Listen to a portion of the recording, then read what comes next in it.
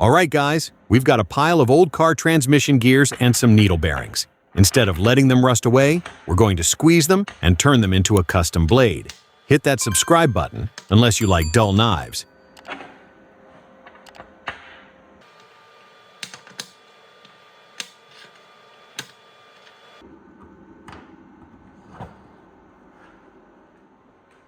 Now it's time to fire up the MIG welder. Don't look directly at the arc unless you want spicy eyes, boys. Just tacking the top and securing the sides so the stack stays rock solid.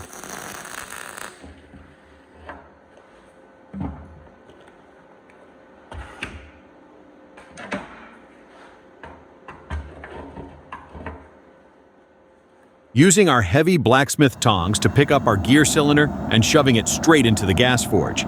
We need this cooking up to a bright yellow heat, around 1200 degrees Celsius. Let's pull it out and hit it with a heavy dusting of sodium tetraborate, good old borax, to dissolve those nasty surface oxides.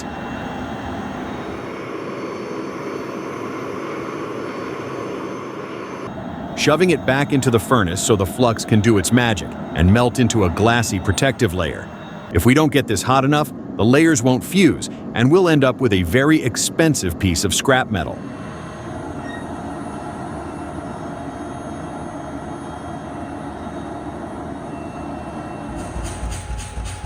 Time to move over to the power press and see what this bad boy can do. Look at that pressure. We are absolutely crushing those gear teeth together, squishing them into a solid mass. This mechanical power press makes quick work of it, but you've got to keep rotating the billet to maintain a square shape.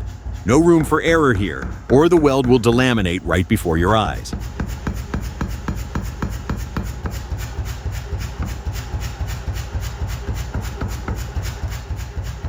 Every strike fuses the internal bearing pins and the high-carbon gear steel closer together. It's hot, noisy, and exactly how a Tuesday afternoon should be spent in a metal shop. Keep drawing it out evenly.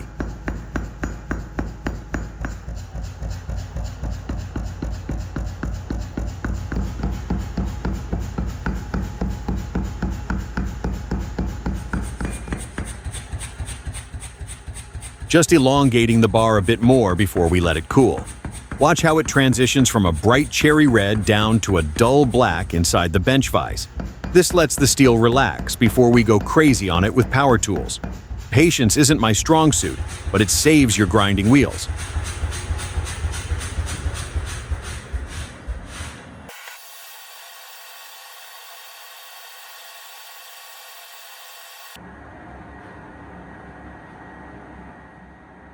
Once it's cool enough not to set my apron on fire, I grab the angle grinder with a coarse, abrasive disc to strip off all that dark forge scale.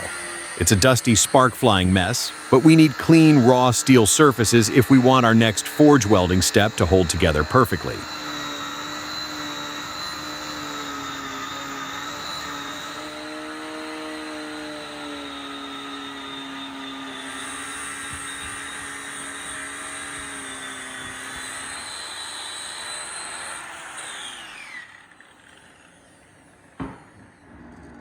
Taking out the tape measure to mark our dimensions with a black marker. We are splitting this newly forged bar into 4 identical plates. Back to the vise, switching to a thin cutting wheel and slicing through the steel block like butter. Watch your fingers, boys. These sparks aren't a joke.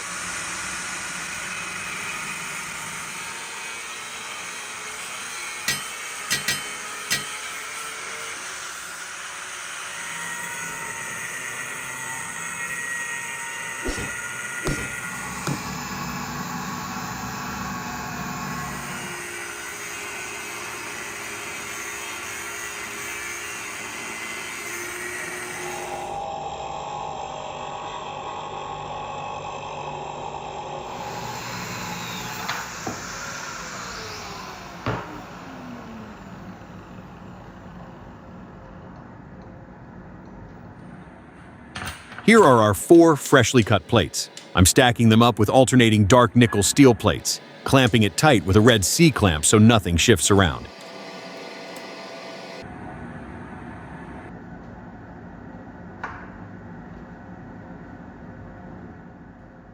Time for more MIG welding action. I'm running solid beads along the seams of our stacked assembly to seal the edges completely. shoving the entire multi-layered stack back into the gas forge for its second major heat cycle. The furnace interior is glowing an intense white-hot color now.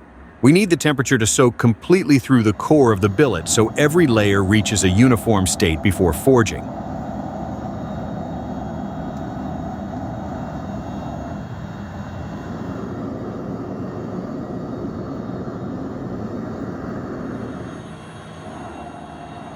Pulling the glowing stack out and taking it straight back to the power press. This is where the magic happens. We're applying massive vertical force to fuse all these new layers into a singular, ultra-dense piece of Damascus steel. Watch the scale pop right off under the heavy pressure.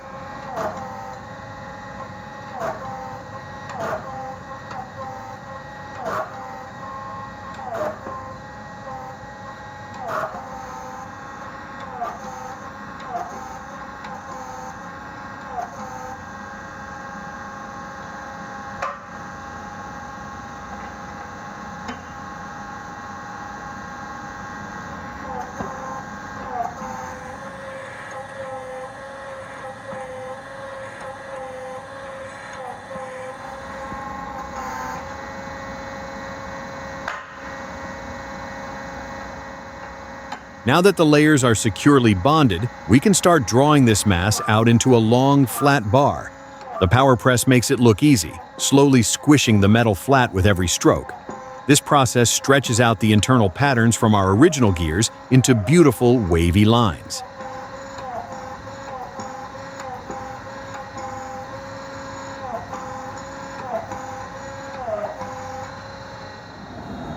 Back in the furnace for one final high-heat soak.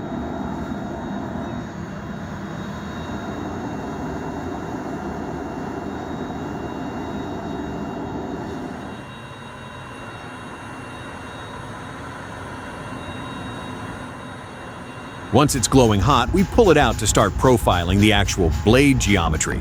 I'm using the edge of the press dies to draw out the bevels and establish the classic profile of a heavy Bowie knife. It's finally looking like a weapon.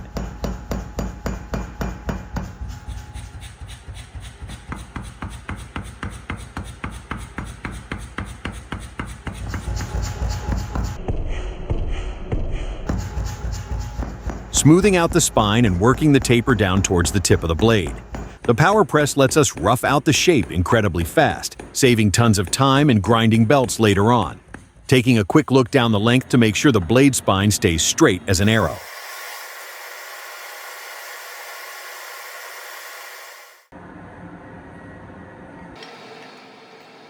Back at the vise, boys. Grab your angle grinder because we've got a lot of surface scale to clean off. I'm using a coarse sanding disc to flatten the faces of this forged billet. Look at those beautiful, bright sparks flying everywhere. This is pure therapy right here, just chewing through the ugly layer to get to the clean steel.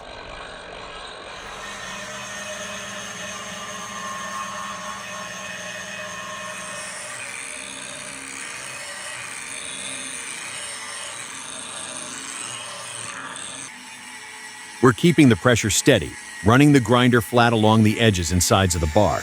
The goal is to make sure this piece is completely uniform in thickness before we move on. It's a loud, messy job, but if you skimp on the rough cleaning stage, your final pattern will look completely wonky.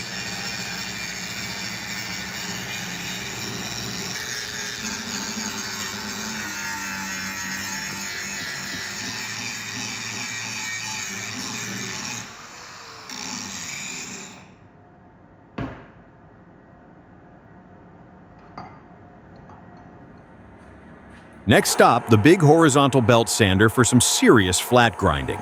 I'm applying even pressure across the surface to erase any gouges left by the angle grinder. This machine doesn't mess around, so keep your knuckles clear unless you want to lose some skin today.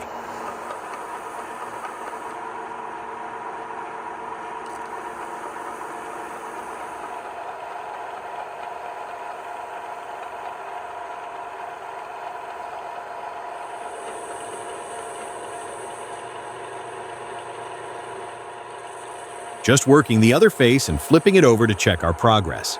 You can see the steel starting to shine up beautifully. We need this surface completely flat and level, otherwise tracing our knife profile is going to be an absolute nightmare.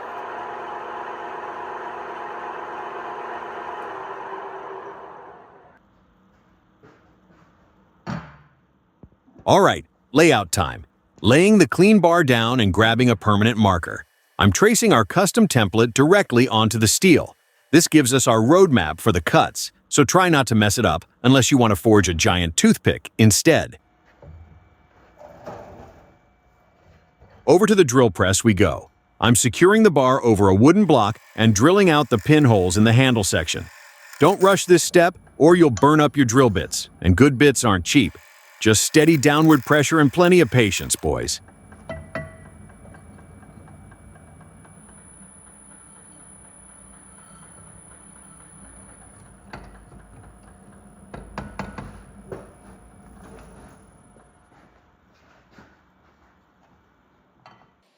Clamping it tight in the bench vise because it's time to release the beast again. Switching out to a thin cutting wheel on the angle grinder to start removing the excess material around the handle area. Let's make some noise and get these sparks flying.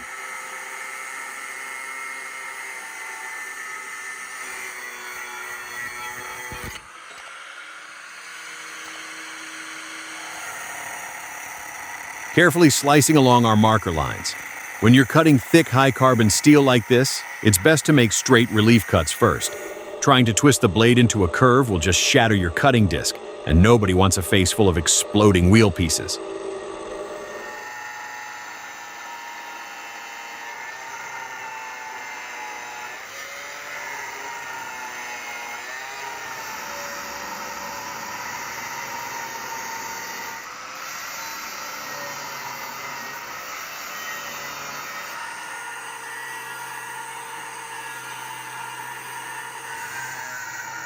Look at that clean cut. We're removing chunks of scrap steel around the tang. Every relief cut lets us get closer to the final handle shape without overheating the metal. Just letting the tool do the work here. No need to force it too hard.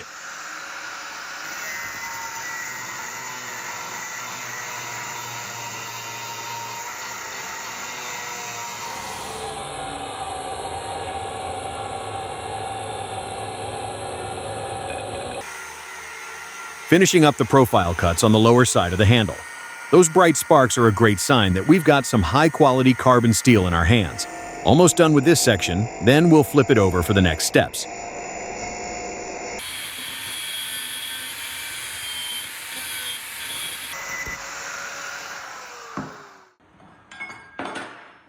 Repositioning the piece in the vise to get a better angle. Now I'm clamping a guide template directly onto the steel block and using a cordless drill to screw it down tight. This keeps our cuts perfectly precise, so the final shapes match exactly.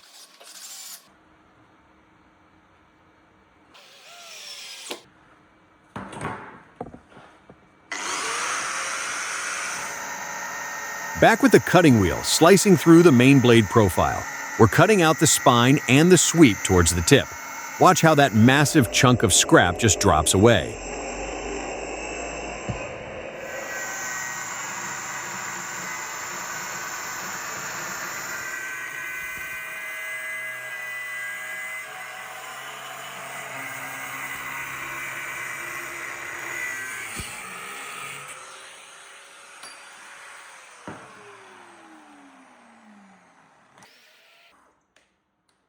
Backing out those template screws with the cordless driver. It's looking a little blocky around the edges, so let's head back to the grinding station to smooth things out. Now we're using the vertical disc sander to clean up all those rough, jagged edges from our relief cuts. I'm carefully grinding down to the marker lines, shaping the inner curves of the handle and the finger guard.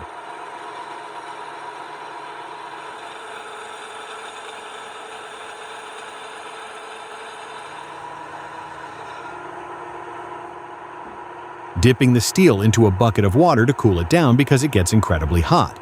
Back to the sander to refine the spine and the nose profile. Keeping the steel cool prevents it from losing its properties before we even get to the heat treat.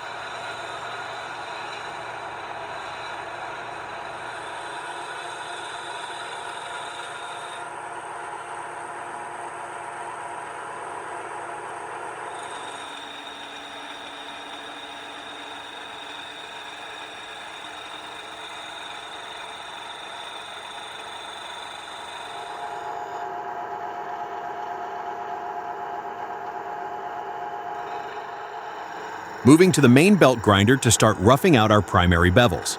This is where your skill is truly tested, boys. You need a steady hand and a perfect angle to make sure the grind lines are crisp and symmetric on both sides of the blade.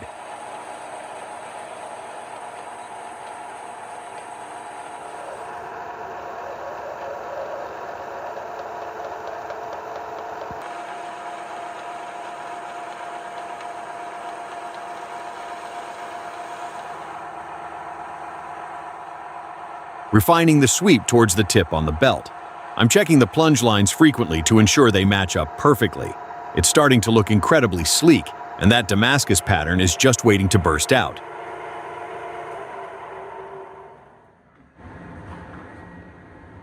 Back to the bench vise. I'm dropping the blade in between a couple of wooden blocks so we don't scratch up our freshly ground flats. Tightening it down securely because we're about to do some old-school manual detail work.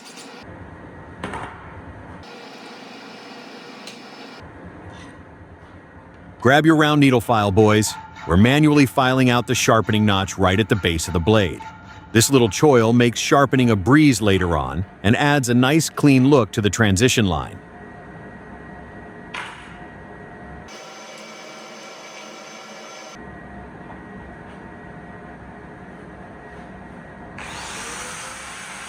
Time to smooth out the transition lines. I'm using the angle grinder fitted with a flexible sanding pad to blend the bevels into the flat section of the blade. This helps remove any deep scratches left by the heavy grit belts.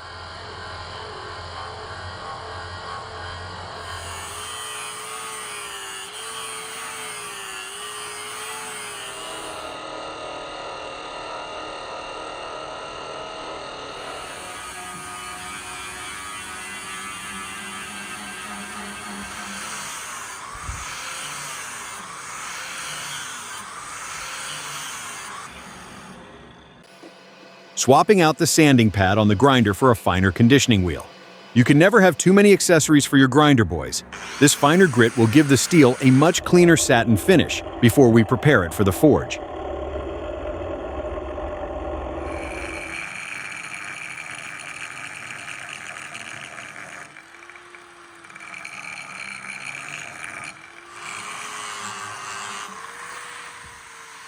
Running the new wheel smoothly along the entire length of the blade face. We're polishing up the flats and squaring up the lines so everything looks absolutely flawless. Once this surface prep is done, we're ready for the heat treat.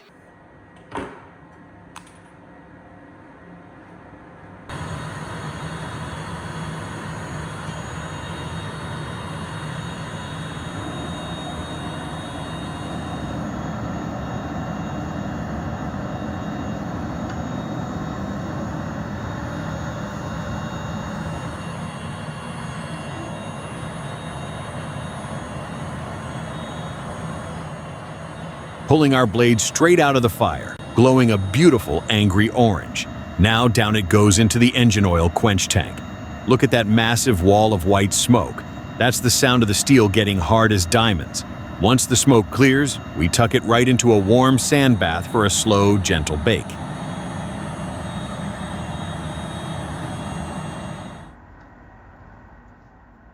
Let's dig our blade back out of the sandbox, brushing off all that loose grit and wiping the blade clean so we can check if it warped during the quench.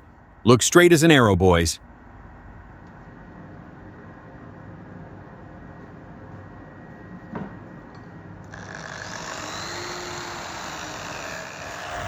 Time to clean up the face. I've got the angle grinder fitted with a bright orange flap wheel to polish away all that burnt oil crust. Look at those clean golden sparks. We're grinding the flats down to a clean, reflective surface, preparing it for the epic reveal later. Keep it moving smoothly.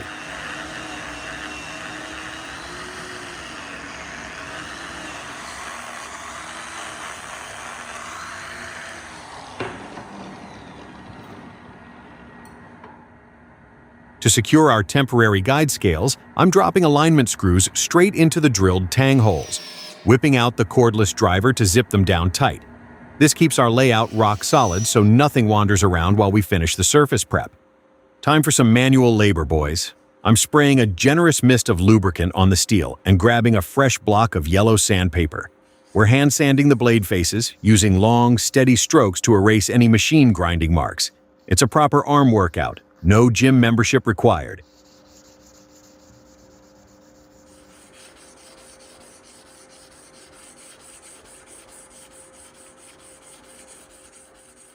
Keep scrubbing, spraying down more fluid and folding the sandpaper over to get deep into the fullers and the tight corners near the finger guard.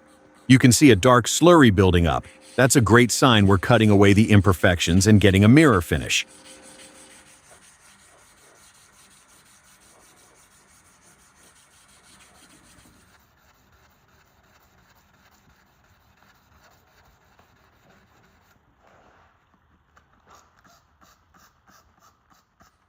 One final mist and a thorough wipe down with a clean shop towel. The blade faces are looking absolutely crisp and pristine. I'm backing out those temporary alignment screws with the driver, and now this raw steel is ready for some chemistry class magic.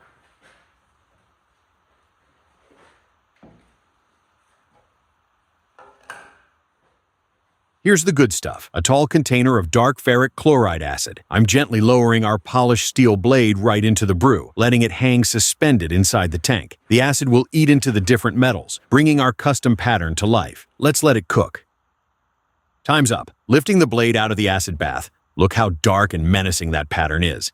Straight into a bucket of water and baking soda to kill the reaction. I'm using a blue kitchen sponge to vigorously scrub away the leftover acid residue, washing it clean under water.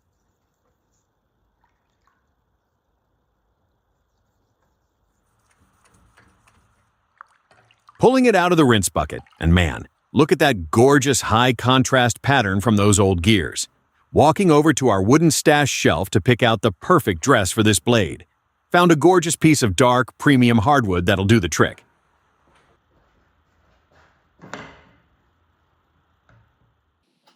Setting down our exotic wood slab and dropping the blade tang right on top. I'm throwing on a small red clamp to squeeze the steel and wood together. Grabbing the cordless drill to bore clean pinholes through the wood, using the existing tang holes as our perfect guide template.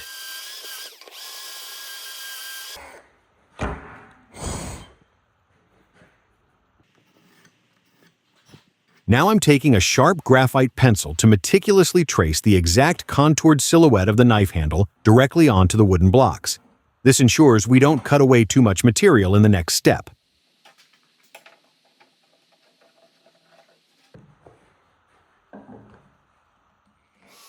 Finishing up the layout lines and marching over to the heavy vertical bandsaw, hitting the power switch, listening to that motor hum, and carefully feeding the dark hardwood block right into the spinning blade to separate our two handle scales. Keep your thumbs clear, boys.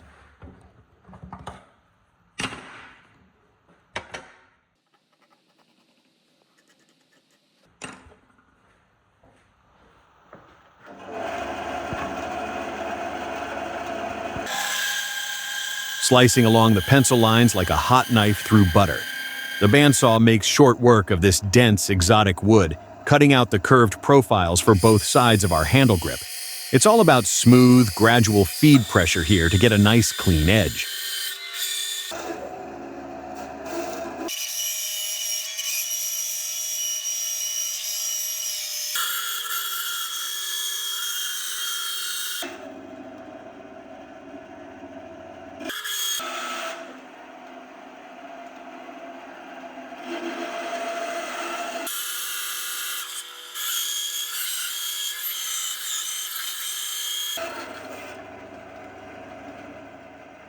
Finishing the final radius cuts on the bandsaw table. Watch those curved scrap blocks drop away onto the floor. We've now got two perfectly matched wood scales ready for assembly.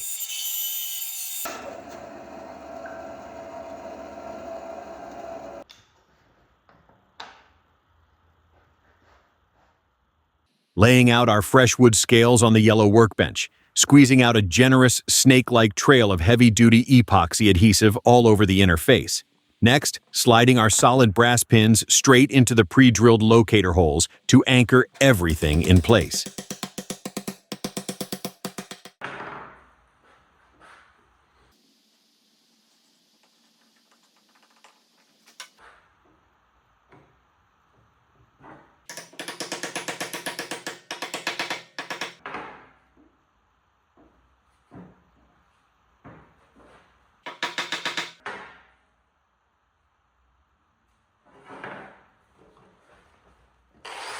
Once the epoxy sets, it's time to bring back our favorite tool, the angle grinder with a coarse sanding flap wheel. We're chewing through that blocky wood handle, aggressively carving out the rough, ergonomic shape of our grip. Wood dust is flying everywhere.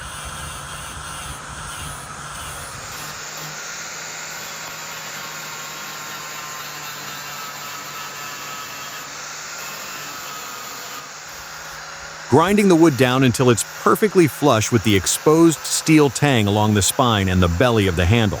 You can see some bright sparks mixed with the wood dust whenever the wheel grazes the brass pins or the steel border. Keep a steady grip on that grinder.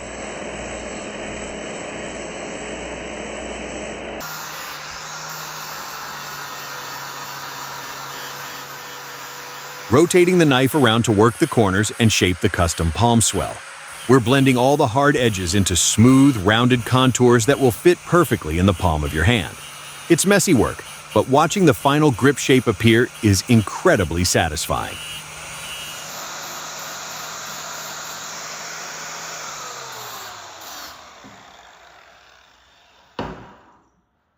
To finish this segment up, we're going full manual with fine yellow sandpaper. I'm hand buffing the contoured wood scales, smoothing out all the grinder scratches. Wipe away the dust and check that out. The natural oil is making that rich, dark wood grain absolutely pop. Gorgeous.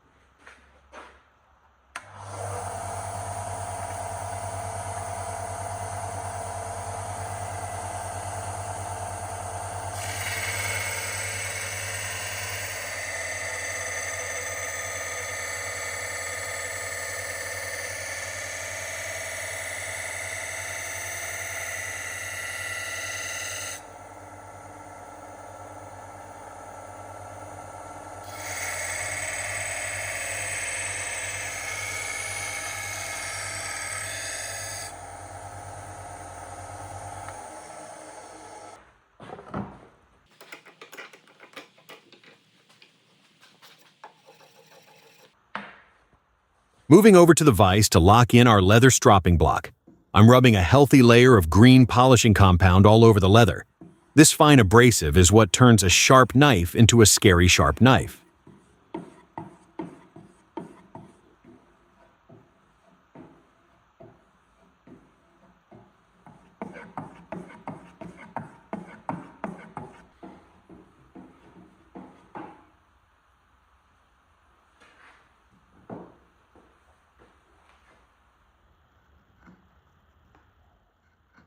Let's see if all that work paid off.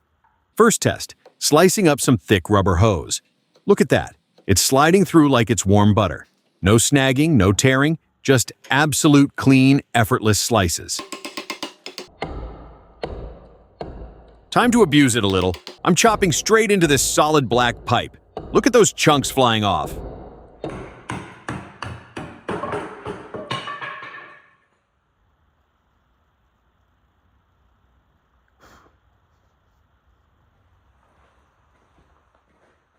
That's it for today's build, boys. If you enjoyed watching me crush car parts into a premium Bowie knife, smash that subscribe button, hit the like, and drop a comment below on what I should build next. See you in the next one.